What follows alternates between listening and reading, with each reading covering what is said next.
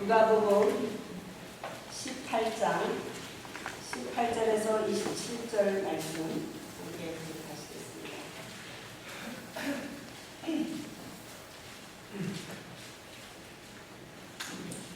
어떤 관리가 물어 이르되 선한 선생님이여 내가 무엇을 하여 영생을 얻으리이까?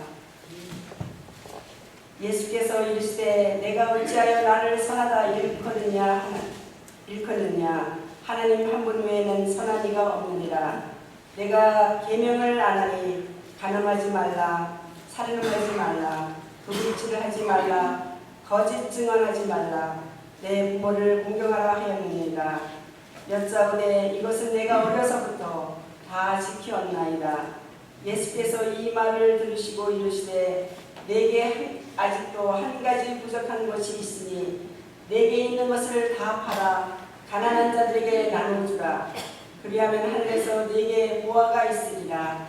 그리고 와서 나를 따르라 하시니 그 사람이 큰 부자이므로 이 말씀을 듣고 심히 근심하더라.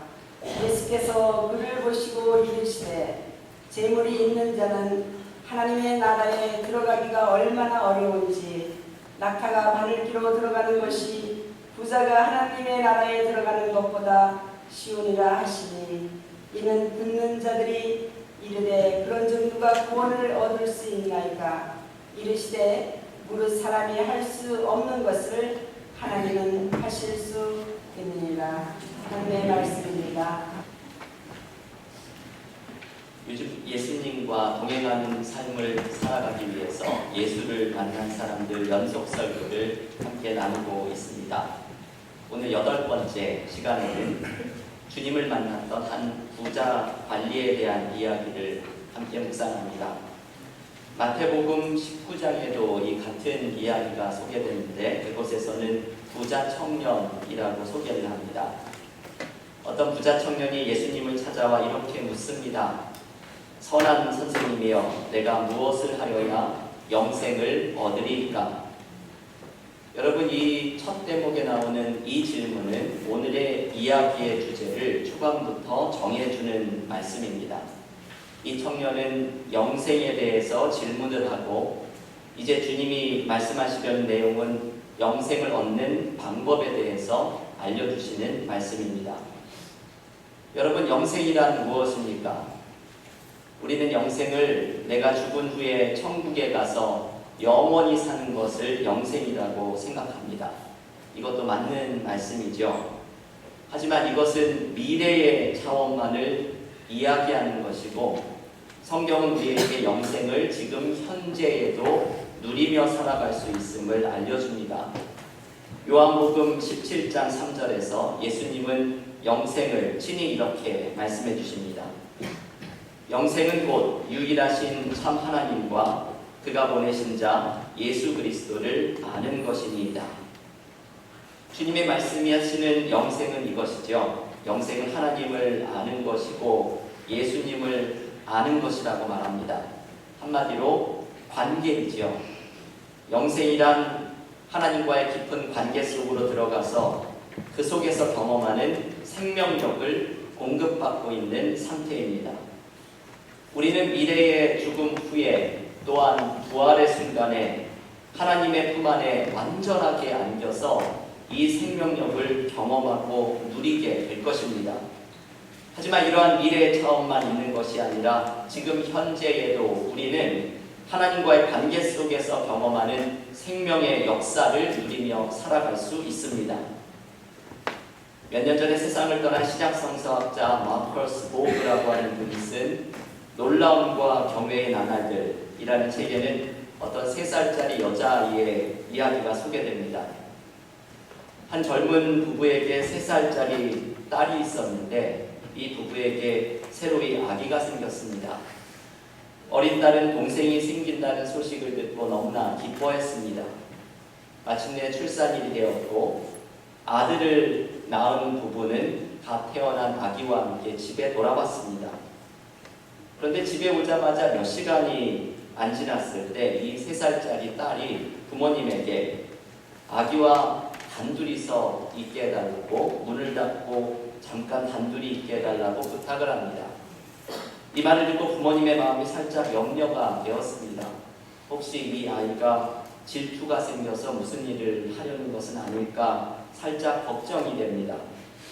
그런데 이 새로 태어난 아기를 위해 방에 인터폰을 설치했다는 것을 기억을 하고, 그래서 이 딸과 갓 태어난 아기만 남겨두고 부모들이 다른 방으로 가서 인터폰으로 방 상황을 살핍니다. 인터폰으로 들어보니 딸이 아기에게 걸어가는 것이 느껴지고 침대에서 아기를 내려다보는 것이 느껴집니다. 그러면서 딸이 이렇게 말합니다.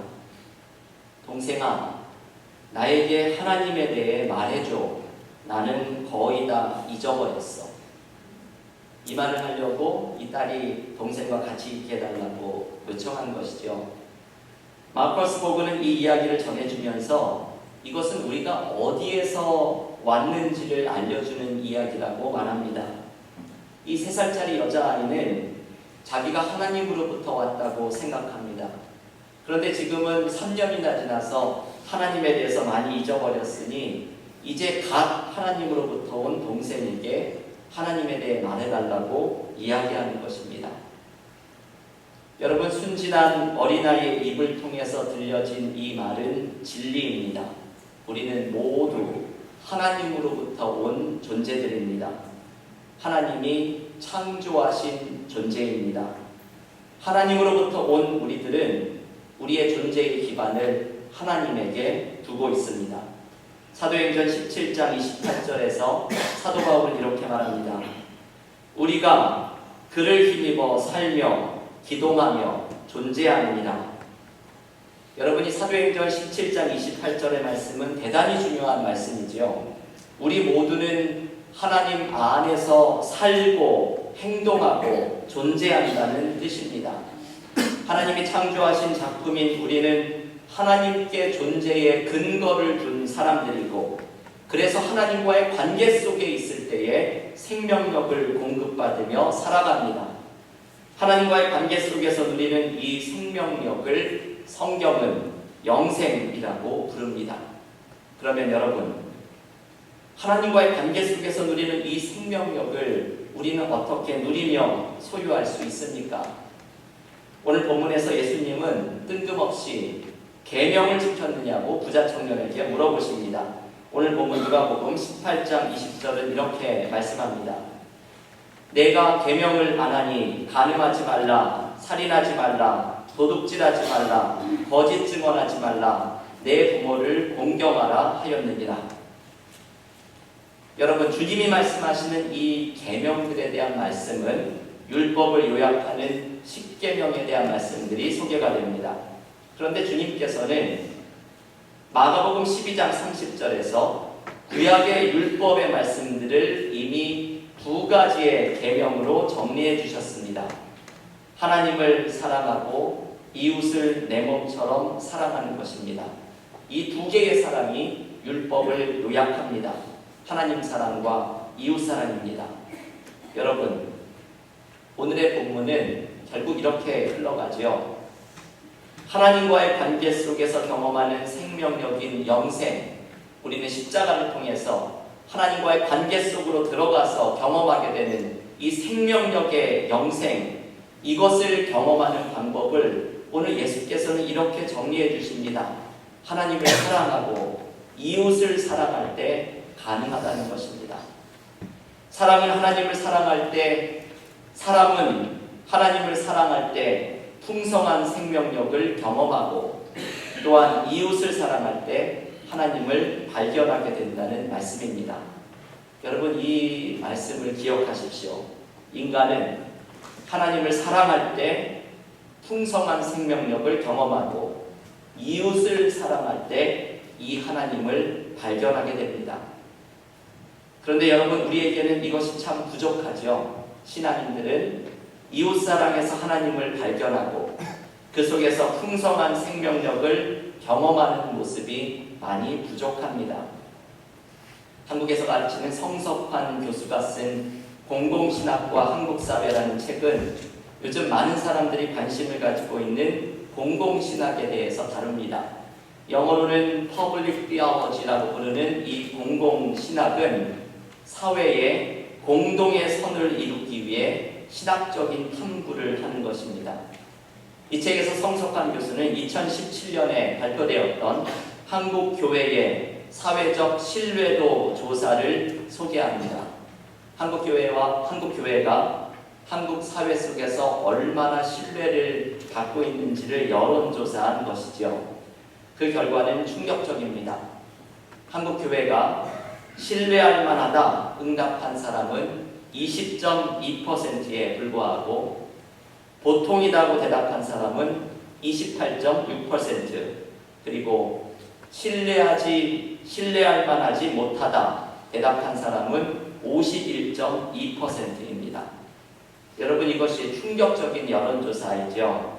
한국 사람들의 51.2%, 이 안에는 그리스도인들도 속해 있을 것인데 심지어는 그리스도인들조차도 교회와 그리스도인을 신뢰할 만하지 못하다고 생각하는 것입니다. 한국의 상황이 이러하다 보니 공공신학의 중요성이 강조될 수밖에 없다고 성석환 교수는 말합니다. 한국 교회는 이웃사랑으로 하나님을 발견하는 모습이 절대적으로 부족한 것입니다. 본문에서 예수님은 이 청년에게도 부족한 것이 있음을 발견합니다. 비록 이 청년은 자신이 모든 계명을 잘 지키고 있다고 생각을 하지만 예수님의 눈에는 이 청년에게 있는 한 가지 부족한 것이 눈에 들어옵니다. 이것이 이 청년에게서 하나님 사랑과 이웃 사랑을 위협하고 있습니다. 그것은 바로 재물의 문제입니다. 오늘 보면 누가복음 18장 22절의 말씀입니다. 여러분, 이 말씀 함께 읽을 텐데요. 주보 앞에도 있는 요절의 말씀, 누가복음 18장 22절 함께 읽겠습니다. 예수께서 이 말을 들으시고 이르시되 내게 아직도 한 가지 부족한 것이 있으니 내게 있는 것을 다 팔아 가난한 자들에게 나눠주라. 그리하면 하늘에서 내게 보화가 있으리라. 그리고 와서 나를 따르라. 아멘. 주님께서는 부자 청년에게 재물을 모두 팔아서 가난한 자들에게 나누어 주고 주님을 따르라고 말씀하십니다. 예수님은 급진적인 해결책을 제시하시면서 여기에서 재물이 맡고 있는 두 가지의 사랑을 바로잡아 주시려는 주님의 마음을 보여주십니다. 여러분, 이 청년이 가지고 있었던 한 가지의 문제, 재물의 이 문제는 하나님의 사랑과 이웃 사랑을 맡고 있습니다. 이것이 왜 그런지 조금만 생각을 해보면 이해가 됩니다. 이 청년은 하나님께 가야 할 사랑이 재물을 향한 사랑으로 나누어져 있는 상태입니다. 예수님은 마태복음 6장 24절에서 이렇게 말씀하시지요. 한 사람이 두 주인을 섬기지 못할 것이니 혹 이를 미워하고 저를 사랑하거나 혹 이를 중히 여기고 저를 경히 여김이라. 너희가 하나님과 재물을 겸하여 섬기지 못하느니라. 여러분, 우리는 두 주인을 섬기지 못합니다. 재물이 나의 삶의 주인의 자리에 있을 때 하나님은 내 삶의 주인이 되지 못합니다. 이 청년은 재물을 향한 사랑 때문에 하나님을 사랑하는 것이 막혀 있었던 것이지요. 재물은 또 어떻게 이웃사랑을 막아서게 됩니까? 재물에 대한 욕심은 우리의 이웃사랑의 가장 큰 방해물입니다. 우리가 주변에 선을 베푸려고 할 때 그것을 막아서는 것의 대부분은 우리 안에 있는 어떤 문제일 때가 많이 있습니다. 프랑스의 노숙자의 아버지로 알려진 아베 피에르 신부는 단순한 기쁨이라는 책에서 자신이 아버지에게서 배웠던 잊지 못할 교훈을 알려줍니다. 피에르 신부의 아버지는 이 피에르 신부가 어릴 때에 아들을 데리고서 프랑스의 리옹에 있는 노숙자들이 모여있는 곳으로 봉사를 다녔습니다. 40여 명의 노숙자들이 모여있는 곳에서 이분들의 머리도 깎아주고 또 간호도 해주고 옷을 깨끗하게 세탁을 해서 다음 주에 봉사를 갈 때에는 여분의 속옷과 함께 건네주는 봉사를 하였습니다. 피에르 신부와 갔던 그날에도 아버지가 이 노숙자들의 머리를 깎아주다가 갑자기 큰 소리가 나면서 욕을 먹게 되었습니다. 아마도 머리카락이 기계에 끼었던 것 같은데 이분이 아파서 화를 낼 만하기는 했지만 이 노숙인이 소리를 지르고 욕을 퍼부면서 봉사하는 아버지를 몰아세웠습니다. 봉사를 마치고서 집으로 돌아오는 길에 아버지가 어린 피에르 신부에게 이렇게 말해줍니다. 이 말이 이 아베 피에르에게는 잊지 못할 평생의 말이 되었습니다. 얘야, 오늘 불행한 사람들을 보살필 자격을 갖추기가 얼마나 어려운지를 보았지. 여러분, 이 말이 저는 읽으면서 충격적으로 다가왔습니다. 불행한 사람들을 보살필 자격을 갖추기가 얼마나 어려운지 보았지. 저 같으면 이렇게 말할 것 같습니다. 불행한 사람들이 얼마나 예민하고 대하기가 어려운지 보았지. 저 같으면 이렇게 말을 할 텐데 이분은 오히려 사랑을 나누는 사람이 되는 것이 이 자격을 갖추기가 얼마나 어려운지 아느냐고 자신을 돌아봅니다. 여러분, 이웃사랑을 실천하기가 어려운 것은 상대방이 까다롭고 예민하고 힘든 존재이기 때문이 아니라 내 안에 있는 어떤 문제 때문입니다. 이 청년에게는 재물에 대한 욕심이 이웃사랑을 막아섭니다. 주님은 청년에게 재물이 막아서고 있는 이 두 개의 사랑을 깊게 할 것을 초대합니다. 재물이 하나님께 가야 하는 사랑을 막아서고 있고 재물에 대한 욕심이 이웃사랑을 막아서고 있습니다. 이것이 청년에게 부족한 바로 그 한 가지입니다. 재물의 문제를 해결하면서 이 청년은 두 개의 사랑을 깊게 해야 합니다. 하나님을 향한 나뉘어지지 않는 사랑으로, 이웃을 향한 나눔의 사랑으로 두 사랑을 회복해야 합니다. 여러분, 이 말씀을 기억하십시오. 우리는 하나님을 향해서는 나뉘어지지 않는 사랑으로, 이웃을 향해서는 나눔의 사랑으로 사랑을 회복해야 합니다. 그때 우리는 하나님과의 깊은 관계 속으로 들어가게 되고 그 속에서 누리는 풍성한 생명력을 경험하게 됩니다. 한 달 전에 IT에 생긴 정치적인 혼동으로 인해서 IT에 방문하려던 계획을 취소하였습니다. 이제 11월 첫 주에 선교부와 함께 IT에 방문하는 일정을 다시 잡게 되었습니다. 이번에 IT에 가는 것은 크게 두 가지의 목적 때문에 가게 됩니다. 하나는 우리 교회가 기똥마을에 새롭게 세우는 학교와 교회, 우물에 대한 계획을 그곳의 마을 사람들을 전부 만나서 계획을 확정을 짓게 되고, 다른 하나는 올해 초에 우리 교회에서 세웠던 재배마을의 학교에 찾아가서 돈이 없어서 학교를 다니지 못하는 가난한 아이들에게 장학생으로 공부할 수 있는 기회를 주도록 장학생 선발을 마무리 짓고 돌아오려고 합니다. 오늘 이 재물에 대한 설교를 하면서 저는 우리 교회의 재정 사용에 대한 생각을 하게 되었습니다. 어제 어떤 교우들과 이야기를 하면서 다시 느꼈지만 우리 교회는 자체 건물도 없는데 이렇게 선교지에 학교를 2개나 짓고 있다는 것이 얼마나 기쁘고 감사한 일인지 모릅니다.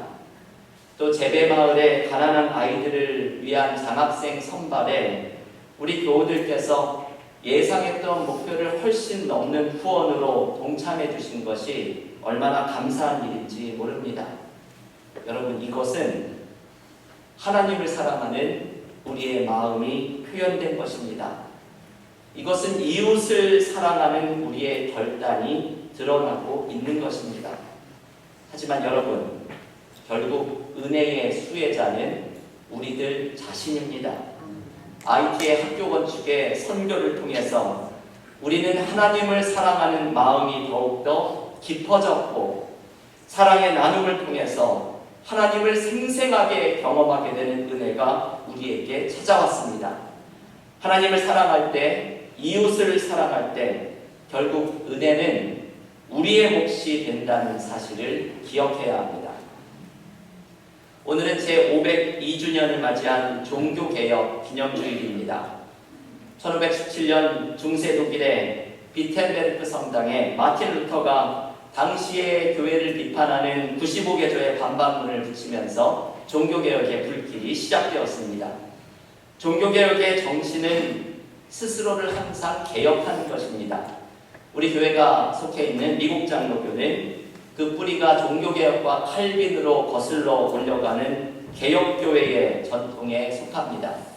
그런데 여러분, 이 개혁교회의 전통의 모토가 이것이죠. 개혁교회는 끊임없이 스스로를 개혁하는 교회이다.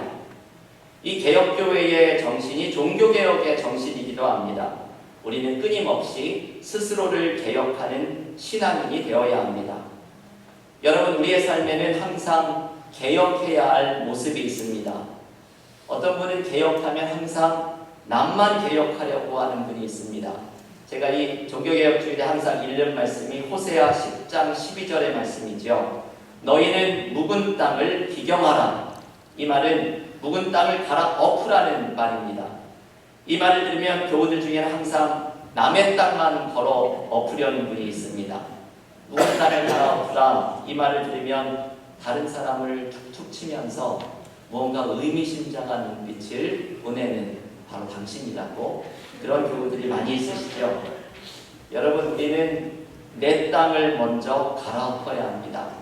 이것이 종교개혁의 정신입니다. 나태한 나의 신앙을 갈아엎고 나에게 부족한 한 가지, 오늘 주님은 이 청년에게 부족한 것 한 가지가 있다고 하는데 나에게 부족한 한 가지를 개혁하면서 나아가야 합니다. 여러분, 우리가 개혁해야 할 가장 중요한 것 중에 하나는 바로 사랑의 개혁입니다. 하나님을 향한 사랑을 개혁하고 이웃을 향한 사랑을 개혁해야 합니다. 이 두 가지의 사랑이 깊어지는 개혁이 일어날 때 우리에게는 은혜가 찾아옵니다. 하나님과의 깊은 관계 속에서만 발견하는 풍성한 생명의 역사가 우리 가운데 일어나기 시작합니다. 사랑하는 교우 여러분, 오늘 종교개혁 주일을 맞이하면서 우리에게 사랑의 개혁이 일어나기를 기원합니다. 하나님을 향해서는 나뉘어지지 않는 사랑이 깊어지고 이웃을 향해서는 나눔의 사랑이 깊어지며 우리 가운데 하나님의 임재가 충만한 은혜를 누리기를 기원합니다.